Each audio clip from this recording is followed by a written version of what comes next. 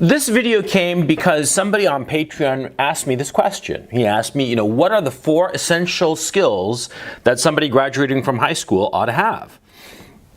It's a really good question, actually. So I gave it some thought, and here's my answer. Don't worry, I'm not going to spread this out over 15 minutes. I'm going to tell you right now what are the 4 things. The number 1 thing that you ought to be good at, that you should have some skill at when you graduate from high school, when you're 18, is you should be good at public speaking, and specifically, you should be good at giving presentations. The second thing you ought to be good at is basic finance. I'm talking both personal finance and corporate finance. You should be able to read a spreadsheet. You should be able to financially plan for yourself and look at the plans of a company or other individuals or what have you, and be able to make some sense of it. The third thing you ought to be competent at when you're 18, when you finish high school, is you ought to be able to speed read a book or text, no matter how long, be able to skim through it and figure out quickly what is the basic premise or argument of the book. And the fourth skill that you should have is being able to anticipate the effects of any given action, both your own actions and the actions of somebody else. Now, each of these skills is essential for your success and your development as a man. Now, you should know these skills by the time you're 18. But if you're, say, 22, 25, 30, 35, and you still aren't competent in one of these 4 skills, well, then you have to work at it, okay? Work at it pronto. Because these 4 skills are essential to your life. Let's get to the first one. Now, public speaking, what's public speaking? Well, obviously, it's talking in front of people. Talking in front of people and getting them to understand what you are thinking, and more to the point, convincing them that what you're thinking, that your conclusions, that your beliefs, your thoughts, your ideas are the correct ones. Now, this is a skill. Public speaking, talking to a lot of people, is a skill that you have to practice and you have to study. It's not something that you magically have. Look at me. Do you think that I'm able to do this, just because I was born this way? I was like a magician that had this ability? No! I had to practice it. I worked for 3.5 years as an English teacher, English as a foreign language, in Chile and Peru and Bolivia, right? And during those 3.5 years, I had to stand in front of people and explain to them the English language and how to speak English properly. And that's how I gained the ability to speak in front of people. It's essential. But not just public speaking. I mean, when you think of public speaking, a lot of times you're thinking of like giving a speech, okay? No, don't think of it like that. Think of it when you're in close quarters with, say, between 3 and 12 people, and you are trying to convince them of something important. Because see, this is the basis of all corporate meetings. See, you're in a room with 3, 4, a dozen other people, and you are telling them what you think should be done, what is the right approach to any given situation. You have to master the ability to present your ideas in a logical framework, in a logical order, and not only in a logical order, but in an order that convinces them, okay? This kind of close quarter speaking, that's what I'm really talking about when I'm talking about public speaking. Talking in front of a crowd of 1,000 people, that's going to happen once in a while, right? In my own case, I've spoken to a crowd of over 500 people exactly twice, okay? Once was my confirmation when I was 14, 15 years old, right? I read a passage from the Bible in front of the whole church, and there were like, 500, 600 people. The other time, I was speaking to a crowd of people at a movie premiere, a movie that I'd produced and directed. And I was telling them about it and blah, blah. Those were the only 2 times in my 51 years that I've spoken to a large crowd. But insofar as speaking to a small group of people, I'm talking 3, 6, 9, a dozen. I've done that hundreds of times because that is how business is done. That is how you sell a business or buy a business or any kind of business interaction. It's always a small meeting, and you have to get good at those meetings. See what I'm saying? That's why public speaking is the #1 skill that you should have. Now, the second essential skill you should have by the time you're 18 years old is personal and corporate finance, what's commonly known as microeconomics. If you don't know what microeconomics is, just look it up. This is essential, and let me explain why. See, personal and corporate finance is all about planning. That's what it's all about. A spreadsheet, any kind of financial model. Well, what is it trying to do? It's trying to predict the future, and it's actually quite successful. I mean, if you put on a spreadsheet, each column is a month into the future, and each line is an expense that you're likely going to have, and you fill up all the little boxes with all the relevant information, then you're going to have a pretty clear idea of your expenses for the next year, 2 years, 5 years, 10 years, 50 years, if you wanted so, I mean, it's going to be very easy for you to plan. And this is important because when you are able to plan your finances, you're going to be able to save money or invest wisely in things that will give you returns. And more to the point, if you are able to plan, create a spreadsheet that tells you where your expenses are going to go, you're going to be able to say to yourself, yes, I have to buy this item because it's essential for these reasons that are right there on the spreadsheet, but I'm not going to buy this toy or this trinket or this trivial little thing or go on a $10,000 vacation to Tahiti, because if I do that, my financial plan is going to be shot. You see how important it is? You see how important it is to master spreadsheets. I mean, if you want to boil down the issue of personal and corporate finance, boil it down to the issue of learning how to manipulate and read a spreadsheet, how to work an Excel sheet. You figure that out, and you're going to be pretty much set. And this is important because it will be hard to fool you.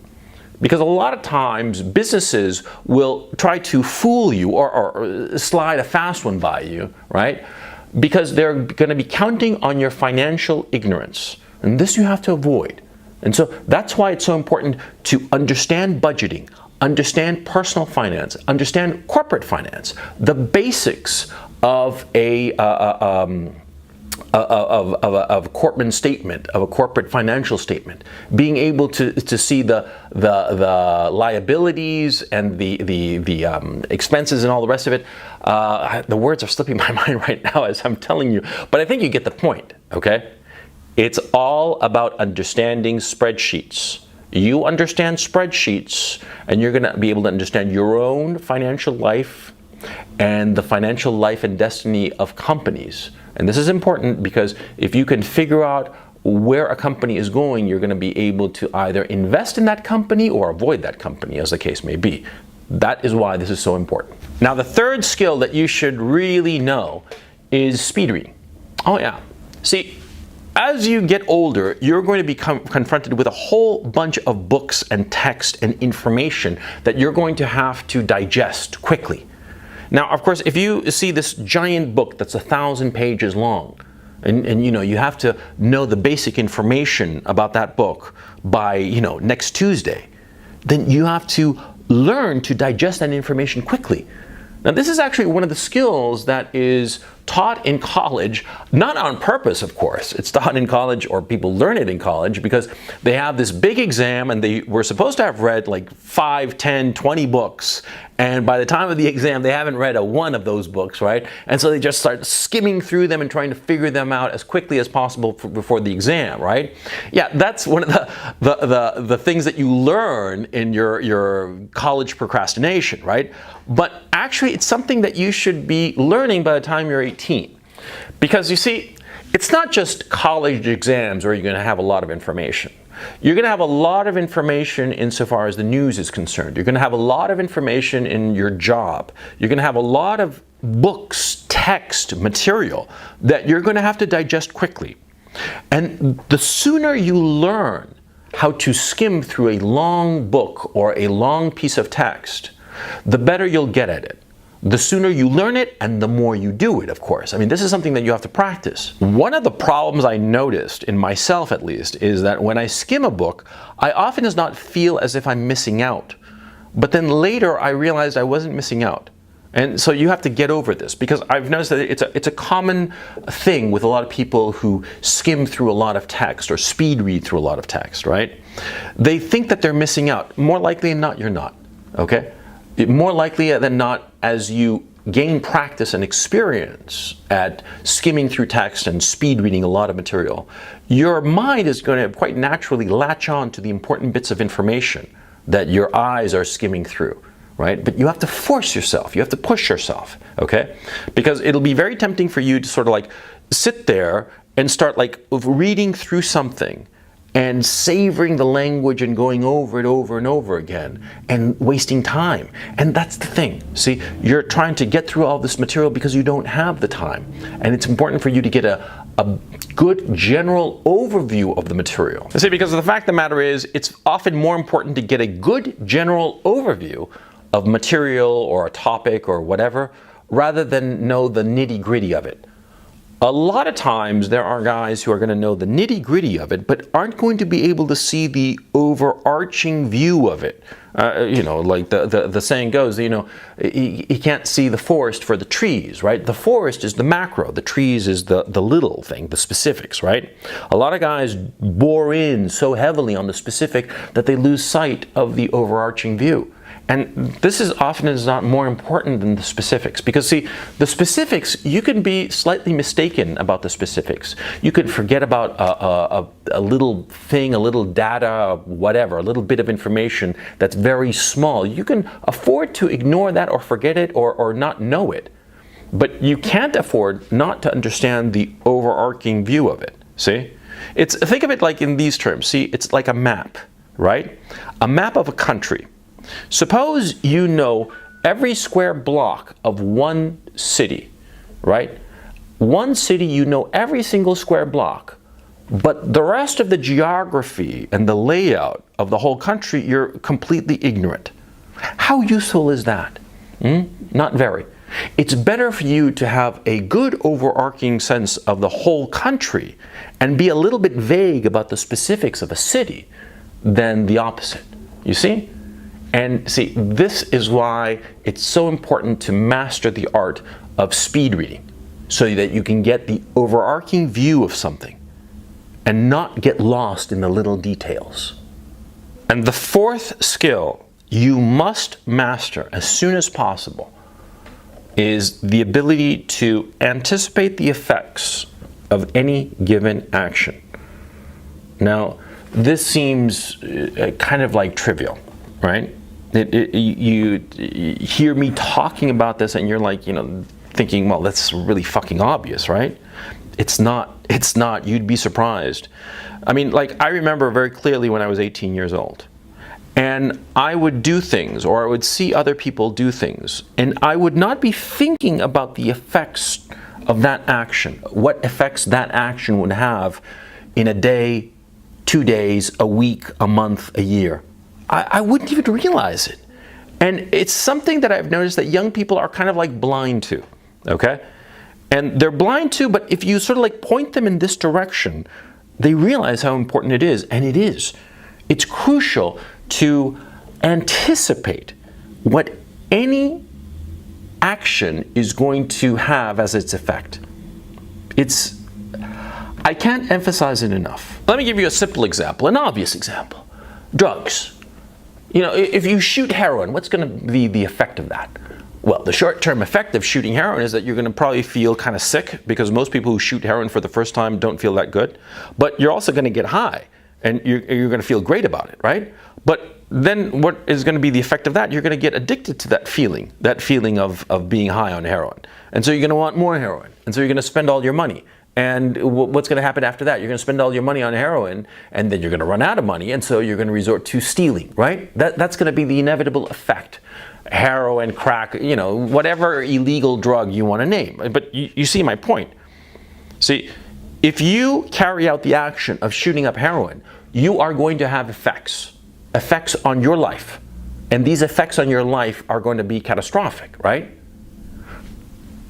By the flip side, suppose you carry out the action of every day for 30 minutes working out as hard as you can, and lifting weights and doing crunches, whatever the hell, right? You exercise as much as possible every day for 30 minutes. What are the effects of that action going to be? You see? You see what I'm talking about? You see, I remember when I was 18, I remember that I didn't think of the effects of my actions. I never considered them. I was sort of like randomly going through life, just doing things because I was forced to do them because of my parents or my school or whatever, or because it was just like, oh, might as well do this. It was like a whim, right? Yeah, I would do things at random or arbitrarily because either I was compelled to do so or, the mood moved me to do this. I never thought of the effects. And that is something that, it pains me to admit it, it took me a long time, an embarrassingly long time, to realize that, when I would do something, there would be an effect. And I could anticipate that effect, right? It took me a long time to realize this, and I'm so ashamed and embarrassed at this point because a lot of times when I was young, I would do things that had such negative effects on my life and my well-being, but I didn't consider what would happen. I wasn't anticipating the effects of my actions, and that's the attitude of a child, see? I have two small children. I have a 6-year-old and a 4-year-old, right? And they do all kinds of silliness because they don't consider the effects of their actions, right? They plugged up a sink once and flooded the bathroom because they thought, it'd be great to put like paper and paper gets all soggy and cool, and they just plugged up the bidet, as a matter of fact. And they plugged it up and it just overflowed and it just flooded the bathroom, and they didn't think. Of course not, because they're children, right? They're children, a 4-year-old and a 6-year-old. Of course they don't have any sense, right? But what happens is that for various reasons, we have encouraged young people to continue to behave like children, especially in this regard of not anticipating the effects of their actions. It happens all the time. It happens all the time to high school kids. It happens all the time to college kids. It happens all the time to adults who should know better. I mean, people who are 25, 30, 35. They fail to anticipate the effects of their actions. Now, how do you learn to anticipate the effects of your actions? Very simple. You look at other people. You look at other people, you notice what they're doing. You pay attention to their actions. And to yourself, like a private scorecard, you say to yourself, well, if he does this, what's the effect of that? What's going to happen because of that? And you just make a mental note. Make a mental note and see if what you anticipated actually does happen. And you'll quickly find out it's very easy to anticipate what will happen from any given effect, from any given action rather. It's very easy, and it's something that you get good at with practice. And you know what is the best practice for this? Or let me phrase that, not the best practice, the best way to learn to anticipate the effects of any given action? 19th century novels. Oh yeah, because the novels of like Balzac, Dickens, Dostoevsky, the big guys of the 19th century. I'm not talking 20th century, I'm talking 19th century.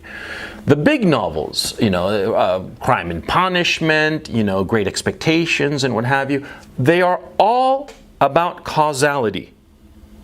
Action, reaction, cause, effect. And they are studies in causality insofar as human beings and free will and human nature. And these novels that a lot of people today in contemporary literature, literary circles rather, sort of like belittle, well, they were amazing pieces of art because they teach us human beings about ourselves. They teach us by showing us human beings, real characters, doing things, and the effects that those actions have. And often as not, those effects are catastrophic. Often as not, they are disasters. I mean, Anna Karenina, for instance, it's a disaster. Madame Bovary, disaster, But these disasters teach us. That's the point. Study classic novels of the 19th century, and you are going to learn a great deal about how to anticipate, because what's going to happen, of course, is that you're going to read about these characters, and as you're reading about them, you're going to say to yourself, no, don't do that, don't do that. You're going to have like a terrible life if you do that. And of course the characters do it, and you see the beauty of these novels? Yeah, 19th century novels. That's what you should be reading to learn this skill. How to anticipate the effects of any given action that you carry out or that somebody else carries out. Now, these are the 4 skills that you should master by the time you're 18. Now, if you're older, like I said, get with it and learn these skills because they are essential. There are lots of other skills that are useful to have, right? And I could have done a video where I was like all witty and said, oh, you should be good at discerning great wines or good at making love, right? Now, it's perhaps useful to be able to discern what is a great wine, and it is, in fact, essential to be able to be good at sex, right? But these 4 skills that I've outlined are really important. And insofar as I'm concerned, I love this question from this guy from Patreon because it made me think about this, It made me think and ask myself, if I could go back in time and talk to my 18-year-old self, what would I tell him? What would be the skills that I would want him to master?